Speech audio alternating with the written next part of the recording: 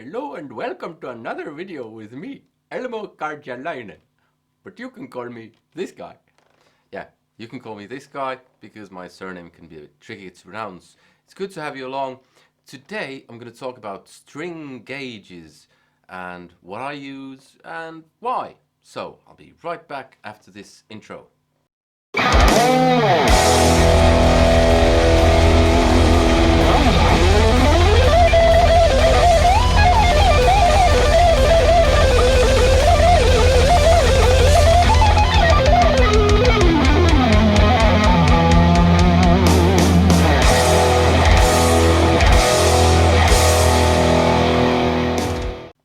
Alright, so today I'm talking about string gauges and what I use and why.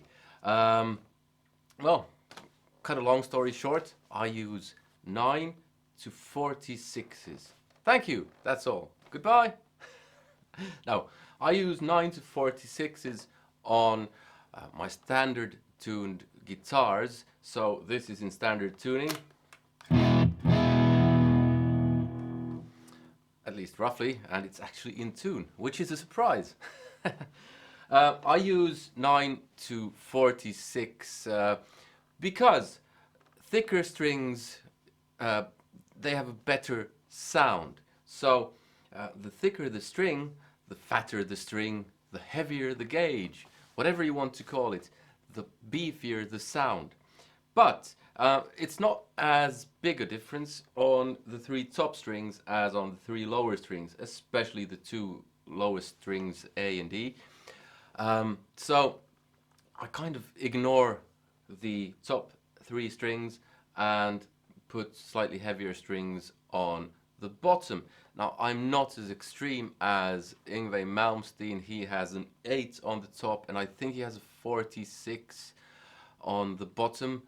Not sure, don't really care. I'm not trying to get his gear together, as it were, and don't like the strings to be too loose, feel like rubber bands, which a really thin string on the top would feel like. It works for him, great for him. Stevie Ray Vaughan, for instance, he was famous for many reasons, but one of the reasons was that he had a great sound. Now, he used extremely heavy strings and tuned his guitar down half a step. I think it was 12s or 13s that he used, and that's some heavy stuff.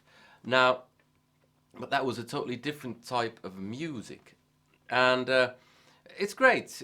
Whatever you use, you'll have to kind of tailor for whatever it is that you're doing.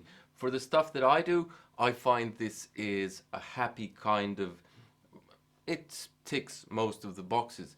They could be heavier for a better sound, but then it gets a bit tiresome to play, especially with a scalloped neck. Now, I do use different gauges when I tune guitars differently, so if I tune it down a half step, I still might use these strings, but when I tune down a whole step, I use 10 to 52. I have a 7-string guitar where I tune the lowest down to G. That's a 70 that I have there, so it doesn't go all boing, which can happen if you tune down much and don't compensate with heavier strings.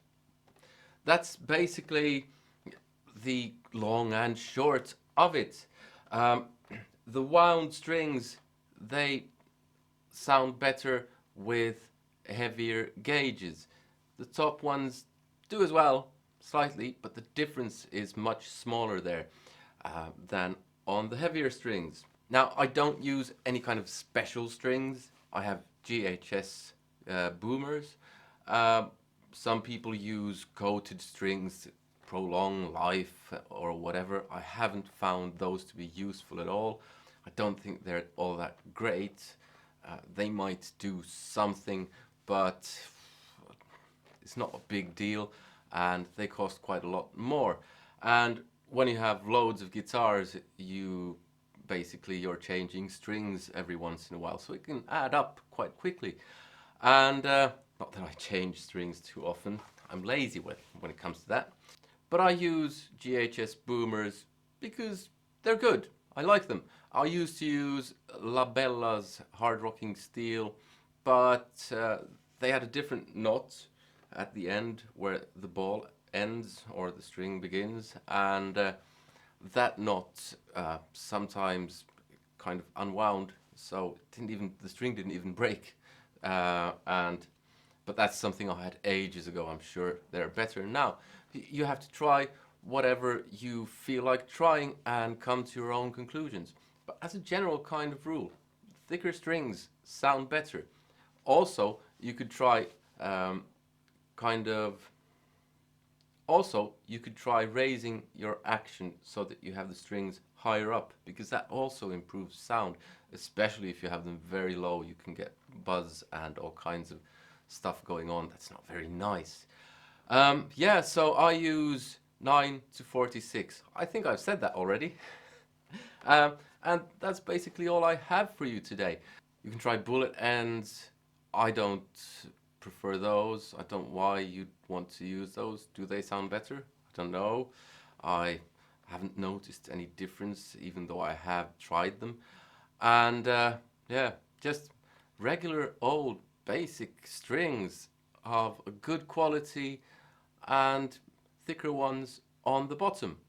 That's it. That really is it.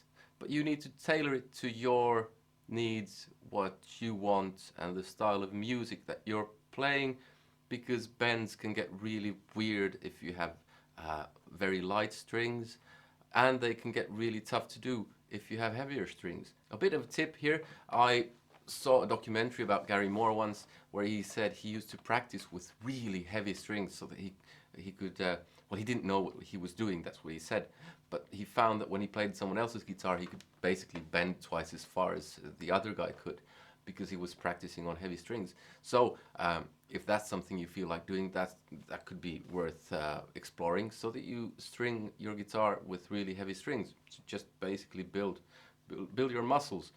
Yeah, that's basically all I have for you today. Light on the top, heavier on the bottom. That's it. I hope you liked the video. Please give it a thumbs up if you did, and if you didn't, give it a thumbs down, as I'm sure some of you will. And yeah, subscribe if you haven't already, and feel free to support me on Patreon. That helps to make more of these videos. And comment, let me know what you're using and how you tune your guitar, and maybe also what kind of music you play, so that I get a kind of reference, because I'd be interested to know. And yeah, that's all. I'll end with a bit of playing on this nice little mahogany Strat, and hope to see you in another one. Take care. Bye.